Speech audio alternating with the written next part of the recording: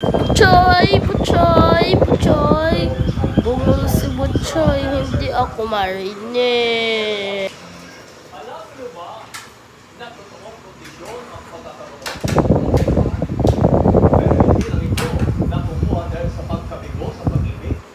At ayon po sa mga eksperto, hindi ito dapat baliwalain. Alam niya,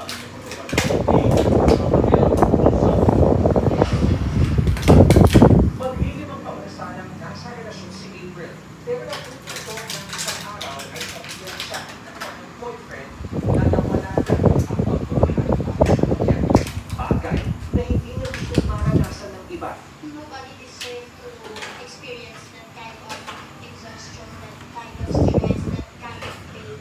Kasi ano siya, brutal siya. Parang hindi ka makahinga sa umaga. Parang ang gastos mo. Ang hirap sa bahay ni Corina unang trigger ito ay stress mula sa iba't ibang pangyayari sa buhay, kabilang na ang heartbreak.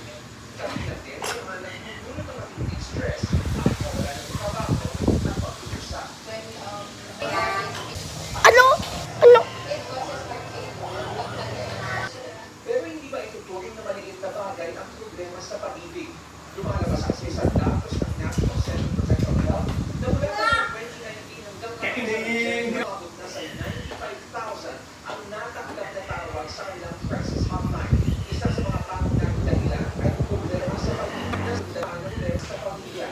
Paliwanag ng mga eksperto, iba-iba ang paraan ng bawat tao para makarecover mula sa isang stressful na sitwasyon. Kainin, Wow! Truck, truck, truck!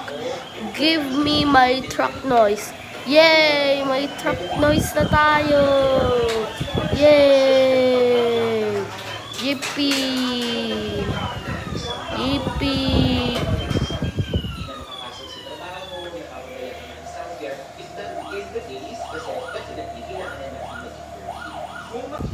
Ingay! bukas din ang NCME's crisis hotline. Ang restaurant na nangangailangan ng payo mula sa mga eksperto. China, pagdating ng South Korea sa finals sa sport na 5-3. Ang yan, ginagawin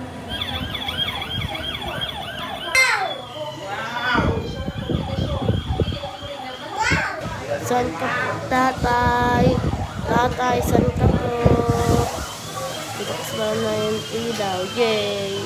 This, bye-bye, Butcho. Yay, yay, yay, yay. Yay, yay, yay, yay. Bye-bye, Butcho. It's the end.